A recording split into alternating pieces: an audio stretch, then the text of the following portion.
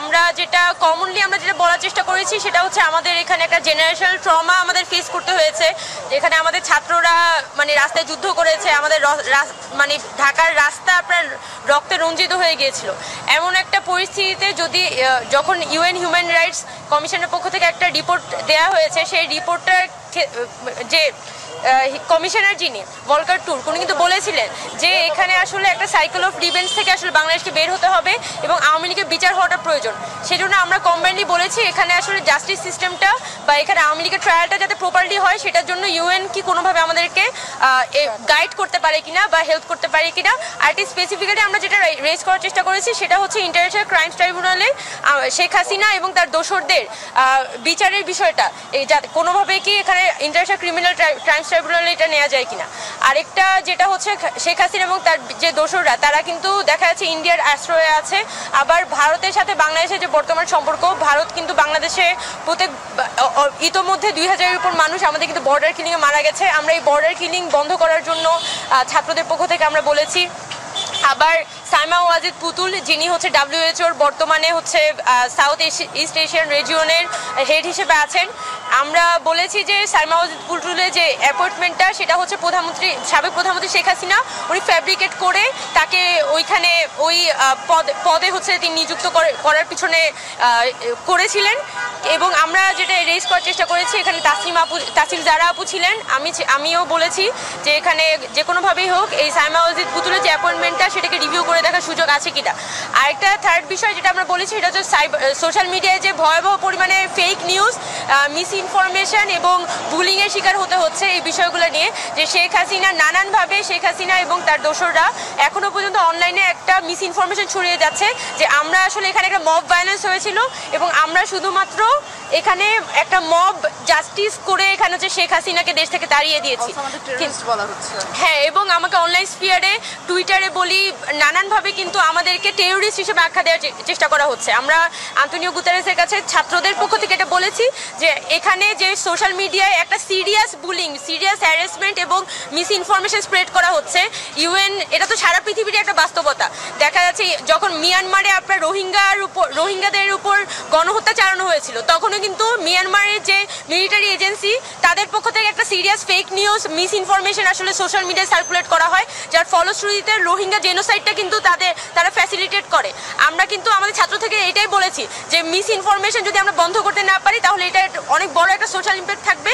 তাই আমরা জাতিসংঘকে অন্তত এই যে সোশ্যাল মিডিয়া সাইটগুলো এখানে যে সিরিয়াস পরিমাণে বুলিং আর মিস ইনফরমেশন ছড়ানো হয় সেগুলো নিয়ে আমরা কথা বলেছি। আর স্পেসিফিক্যালি আরও অনেক ধরনের আলাপ হয়েছে যে বাংলাদেশে যে ইকোনমিটাকে ক্র্যাম্বল করে দেওয়া হয়েছে, বাংলাদেশ থেকে যে হাজার হাজার কোটি টাকা পাচার করা হয়েছে, এই তথ্য আমরা আমাদের পক্ষ থেকে তুলে ধরেছি। একই সাথে আমাদের এখানে যে নারী নিরাপত্তা, ওমেন এম্পাওয়ারমেন্ট, এই কোয়েশ্চেনগুলো আমরা রেজ করেছি। ছাত্রদের পক্ষ থেকে যে কনসার্নগুলো, আমাদের ইউথ এম্পাওয়ারমেন্টের কোয়েশ্চেনগুলো আমরা এখানে রেজ করেছি। এটা আমাদের একটা ওভারঅল কোয়েশ্চেন ছিল আর কি। আমাদের রূপাইয়া, আপনি কি আপনার কাছে যদি জিজ্ঞাসা করি যে এরপরে এই যে জুলাই আন্দোলনের পরে আমরা দেখলাম যে আদিবাসীদের প্রতি একটা আদিবাসীদের উপরে যে হামলাটা হলো,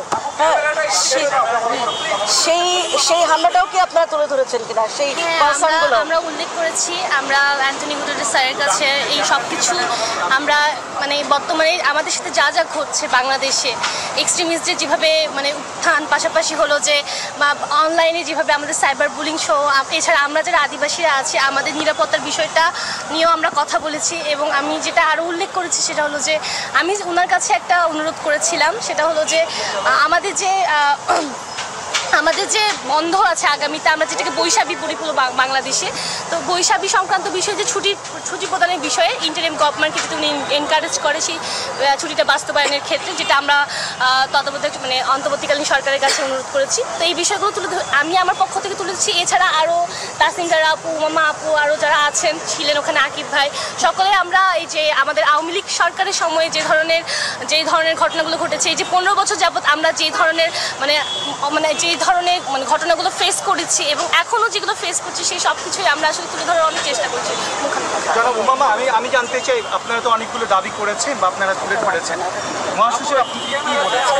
আর আপনার উত্তরে কি বলেছে? আরেকটা বিষয়, ইয়ুথ স্পিরিটটাকে মহাসচিব কিভাবে অ্যাকনলেজ করেছে? এই যে রেভুলেশন অফ ইয়ুথ স্পিরিট, আপনারা যেটা কথা এটা তো গত যে হিউম্যান রাইটস যে রিপোর্টটা এসেছিল সেখানে কিন্তু ইউএন এর পক্ষ থেকে এটাকে মনসুন আপরাইজাল হিসেবে সংজ্ঞায়িত করা হয়েছে, লেড বাই দ্য ইউথ। তো স্বাভাবিকভাবেই আন্তোনিও গুতারেস যিনি ছিলেন উনি তার তার ইয়ং বয়সের যে পর্তুগালে যে আপরাইজিং হয়েছিল সেটা নিয়ে কথা উনি স্মরণ করলেন এবং পর্তুগালে কিভাবে একটা সেমি ফ্যাসিস্ট একটা রেজিমকে তারা আসলে বিরুদ্ধে আসলে এখানে যুদ্ধ হয়েছিল, এখানে একটা আপরাইজিং হয়েছিল, এই কথাটা উনি আমাদের সাথে তখন শেয়ার করেছিলেন। এবং তাদের যে আসলে কনসার্নটা ছিল যে আমরা যে ইউথরা আমরা এখন এসে যে কনসার্নগুলো রেজ করছি, আমাদের সিকিউরিটির কথা বলি, আমাদের মানে উপর যে হামলা হয়েছে, আমাদের উপর যে গত 15 বছর ধরে নিপীড়ন হয়েছে এই দেশের জনগণের উপর, এই কোয়েশ্চেনগুলো আমরা যখন রেজ করেছি উনি কিন্তু বলছেন যে এটা যখন পর্তুগালেও কিন্তু একই ঘটনায় হয়েছিল। তো কাইন্ড অফ উনি ওনার ইউথ সময়কালের কথা রিকল করছিলেন। তবে মোস্টলি আমাদের পক্ষ থেকে যেটা এমফেসাইজ করেছিলেন সেটা হচ্ছে শেখ হাসিনা এবং তার দোসরদের বিচার। এবং তিনি হচ্ছেন যেটা বললেন যে যেহেতু ইউএন এটা অনেকগুলো দেশের সমন্বয়ে তৈরি এবং বাংলাদেশ যেহেতু আইসিসি সদস্য, তো সম্ভাবনা আছে যদি বাংলাদেশ এখানে অ্যাপিল করে এবং এখানে অন্যান্য দেশগুলোও যদি এখানে সম্মতি দেয় তাহলে হয়তো এখানে আইসিসির মাধ্যমে শেখ হাসিনাকে একটা ট্রায়ালের আন্ডারে আনা সম্ভব। বাট এটা রিভিউ করার বিষয় এবং অন্যান্য যারা এখানে যারা স্টেক হোল্ডার আছে তাদেরও অপিনিয়নের বিষয়, সেটা আসলে এখানে আন্তোনিও গুতারেস বলেছে এবং এটা নিয়ে অনেকক্ষণ আমাদের কথা হয়েছিল যে ট্রায়ালের বিষয়টা নিয়ে। আর বাকি কিছু মূলত ট্রায়ালের বিষয় শেখ হাসিনার ভারত নিয়ে কি জানি একটু বলছে, ওটা একটু ক্লিয়ার করে বলবেন। না, আমরা আমাদের জায়গা থেকে কোয়েশ্চেনটা রেজ করেছিলাম যে এখানে আইসিটিতে কিন্তু শেখ হাসিনার এগেনস্টে অলরেডি আপনার জারি করা হয়েছে, মানে তাকে ভারতকে নোটিশ দেওয়া হয়েছে এখানে বাংলাদেশে ফেরত দেওয়ার জন্য। এবং ডক্টর মোহাম্মদ ইউনূস অলরেডি চেষ্টা করছেন যাতে শেখ হাসিনা এবং অন্যান্য যারা আওয়ামী লীগের এমপি মন্ত্রী আছে যারা ভারত পালিয়ে গেছে তাদেরকে যাতে দেশে ফেরত আনা যায়। এখন আমরা সেই বিষয়ে কিন্তু ইউএনের যিনি সেক্রেটারি জেনারেল তাকে আমরা অবগত করেছি এবং বলেছি যে শেখ হাসিনা তিনি যেভাবে করে দেশের মানুষের উপরে গণহত্যা চালিয়েছেন, বাংলাদেশের সাথে ভারতের যে একটা চুক্তি আছে বন্দি বিনিময় চুক্তি, তার আন্ডারে কিন্তু শেখ হাসিনাকে ফেরত দেওয়া সম্ভব।